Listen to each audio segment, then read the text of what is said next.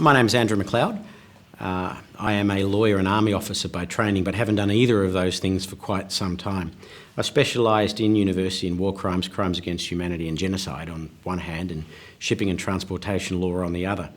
Over a bit of a journey, that took me to Yugoslavia, working for the International Red Cross in the aftermath of the dissolution of former Yugoslavia, and then into Rwanda, dealing with not only the aftermath of the 1990s genocide, but also the beginning of the invasions into the Democratic Republic of Congo and what later became Africa's First World War. Many millions have been killed since. I've spent significant time working for the United Nations, running major disaster relief operations.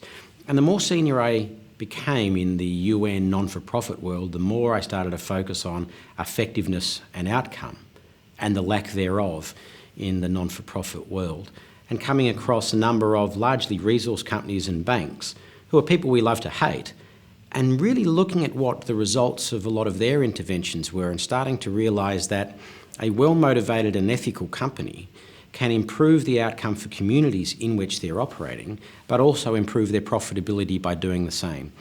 And life is not a and/or option. It's not I can do community and profit, or community or profit.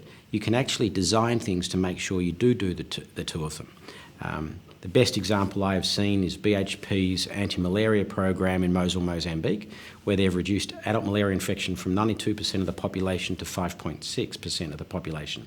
Now, is this a corporate social responsibility program? I suggest no, because the improved community health has reduced absenteeism in the workforce from 22% to 2%. That's increased the productivity of their asset by an amount higher than the cost of the program. In other words, running the anti-malaria brings in more revenue than the cost of the anti-malaria program. It's profitable.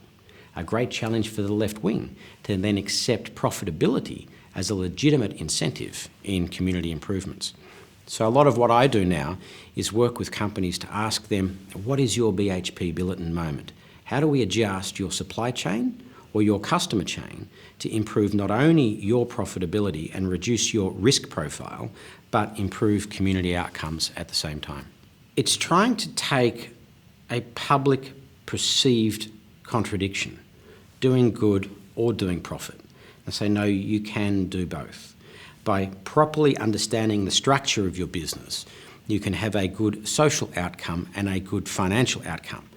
One of the things that Generation Y has when looking at entering the workforce now is they say, do I want to have a well-paid job in a big multinational, or will I go and do good and save the world by joining a non-for-profit? And again, I say it's not an or proposition. You can actually do good in business. So I now ask you this.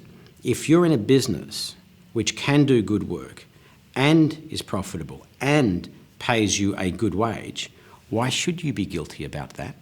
So in describing me as a humanitarian businessman, I put both of those together. And let's talk about this in the sense of sustainability, because many in the left wing will talk about sustainability as environmental sustainability and social sustainability. And that's right. You need those two things. But you also need financial sustainability, because if you don't have financial sustainability, the projects that run the social and the environmental will fall over. You need to link all three.